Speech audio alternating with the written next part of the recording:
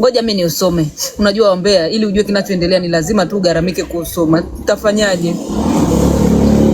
Ameandika hivi: huyu binti niliye naye hapo anaitwa Malia. Niliwahi kumposti siku zilizopita. Ni binti ambaye nilikuwa na mahusiano naye, lakini kwa bahati mbaya juzi ameolewa kwa shinikizo la wazazi wake na baadhi ya ndugu zake ikiwemo kaka yake. Binafsi nimeumia sana kwa sababu huyu binti nilikuwa naye kwenye mahusiano sasa miaka mitano. Miaka mitano unataka kumchunguza nini? Wewe, mimi mwenyewe nasimama na upande wa wazazi wake. Umekaa na binti wa watu miaka mitano. Future ioni, wewe kazi yako ni kuchekesha tu Shafi. Unataka mtoto wa watu aendelee kupoteza muda wake asiolewe? Ngoja tuendelee. Binti nilikuwa naye sasa kwa miaka mitano na nilikuwa na nia njema tu ya kumuoa, lakini wazazi wake walinikataa kutokana na kazi yangu ya sanaa. Na kaka yake ndio alishinikiza hilo na akatafutiwa mchumba na akaolewa. Wameona binti yetu anaenda kupotezewa muda. Oh, dada.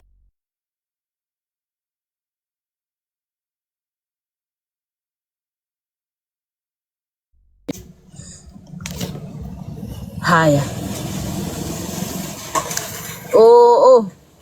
Kutokana na kazi yangu ya sanaa kaka ni shinikizo hilo. Akatafutiwa mchumba na kuolewa. Binti huyo amejitetea sana, lakini wazazi walimtishia kwamba asipokubali ndoa basi asiwatambue kama wao ni wazazi wake na asikanyage kwao. Nimeumia sana kama kijana ambaye nilijitoa sana kwa huyu binti sana tu, lakini naona haijawa bahati kwangu. Sio mbaya sana namshukuru Mungu kwa kila jambo, ila na wasi wazazi wengine muache watoto wenu wafanye machaguo sahihi. Kwa upande mwingine ni sawa, ni mbaya kumchagulia mpenzi mtu, lakini sasa mtu nawe ashaka na wewe miaka mitano. Hata kwenda tu kufanya ile ya kimila, bwana mimi nimetuma wazee wangu kwamba nahitaji nashika, yani unakuwa umetuma kishika uchumba. Unamtuma wazee wako wanaenda pale wana negotiate nao, ndio hawa ni familia tumeungana tunafanya ile ya kimila. Jamani, mahari shingapi? Unatoa kidogo kidogo kwa sababu mahari ilipagi yote kwa haraka haraka. Mnakuwa umeshatambulika. Sasa wewe kazi yako ni kuchekesha tu. Kazi yako ni kuchekesha. Unaacha kupiga kichika uchumba mapema mpaka unakuja kupikiwa. Jamani, watu wanakuja kukupiku. Shafi umeyumba sana hapa. Aya, okay, nilishia wapi tena?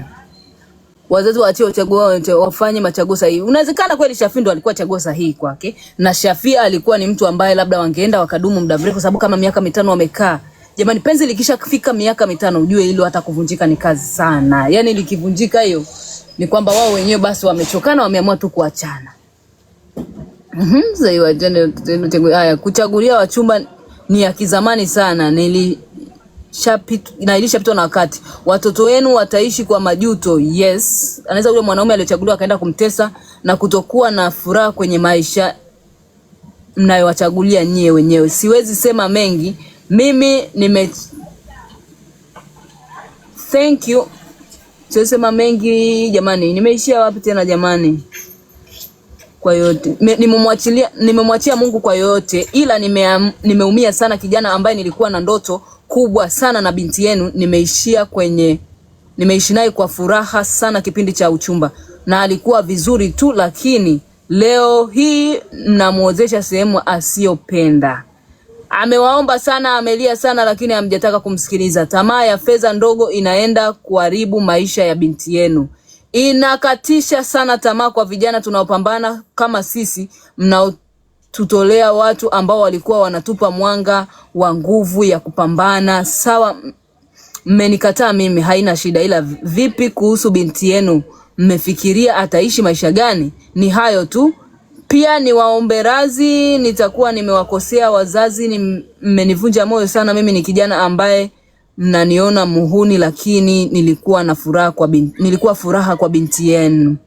Pia mimi sio muhuni kama mlivyokuwa mnaniona. Hey! Nimemaliza waraka wa Shafi kwenda kwa wazazi wa binti anaitwa Malia. Jamani, ni mzuri mashallah. Walikuwa wanaonekana wana moment nzuri jamani. Anacheka muda wote. Yaani Shafi posti video zote ambazo binti anacheka na furaha muda wote. Jamani.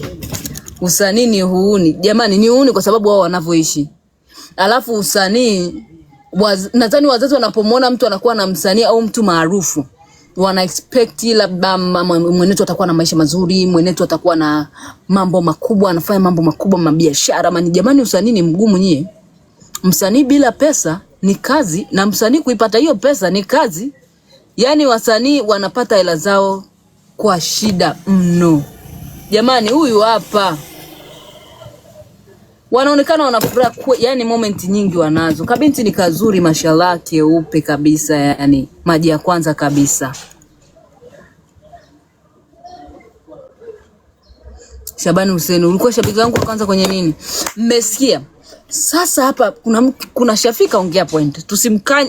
Tusimcrash sana. Kuna pointi moja amesema, wazazi ndio wameshinikiza kwamba yeye aolewe na huyo mtu mwingine ambaye ni tamaa ya pesa, wameona na pesa na maisha. Lakini je, binti yao kule anakoenda ataishi kwa furaha? Kama hawajai kugombana, yani hata wangesubiri basi huyu agombane na Shafiki kidogo waachane ndio amtafutie mtu. Sasa wewe unatoa penzi lile ambalo lilikuwa shata penzi linakolea, mtoto wenu anafuraha muda wote, mnaenda kumpa makazi mapya. My dear friend, wanaume wanajua kuigiza. Mtoto wenu anaweza akateswa mpaka mkasema, jamani huyu binti yetu mbona karibia kufa, mbona anakonda kila kukicha? Kwa sababu wanaume wengine hawana roho ya kibinadamu. Yani unaweza ukajiona kwamba wewe mnamsaidia mtoto wako, anampeleka kwa sehemu ya hela, lakini ataishi maisha ya taabu. Jamani kuna wanaume wanajua kutesa, hasa wanaume wenye kipato wanajua manyanyaso sana.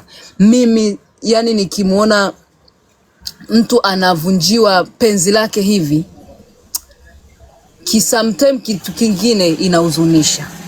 Lakini mimi nasema bado Shafia na makosa, kwa sababu umekaa na binti wa watu miaka 5 na kweli umeona kabisa kuna mtu ukiwa nawe kwenye mahusiano unaona mambo yako yananyoka, mnafuraha muda wote, mmeishi mwaka wa kwanza, mmetoboa mwaka wa pili, mmetoboa wa tatu, mmetoboa wa 4, unaona kabisa unaishi kwa furaha. Kwa nini usiende kushika uchumba?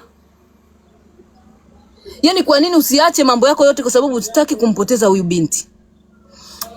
Anasema kwamba alienda wakamkataa. Yes, kuna hiyo moment anasema amemkataa, lakini sasa jamani, kama walimkataa tena jamani, nachoka mimi dada. Alienda kweli serious wakamkataa?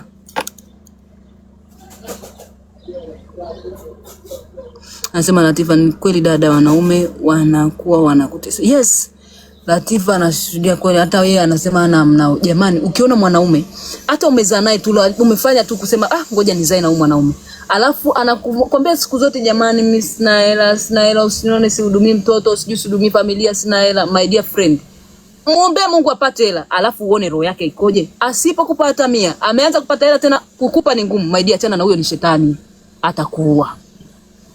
Sijui mnanielewa watesi?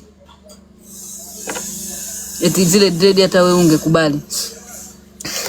Acheni zedu bwana. Hapana, shida sio dread bwana. Shida sio dread.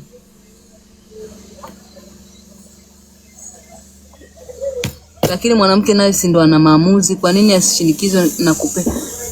Sasa lakini naye mwanamke labda ameshaona kabisa kwa Shafii naye kweli miaka 5 tunasota. Miaka 5 nao kusota kumvumilia mtu mpaka hajafanikiwe kazi. Kwa hiyo naye mwanamke anaonekana naye yuko mguu 50-50, kwa sababu asingekubali bwana kuolewa na mtu mwingine kama anampenda Shafii afu ashona labda atafanikiwa. Na nyewe bwana hizi comedy mwachege tu. Sawa unachekesha, lakini uwe na kazi nyingine ambayo ukienda nyumbani kwa mtu kusema mimi nina biashara hii, nafanya kazi hii. Haya mimi ndo ninauza vikorokoro jamani, nauza machupa hapa, hata wakwe zangu wakikaa hapa na niangalia wanaona kabisa huyu mwanamke mpambanaji. Sasa wewe umaarufu tu. Tangazo moja lije jamani. Tena kwenye umaarufu ngoja niongeze na ya Ben Poa hapo.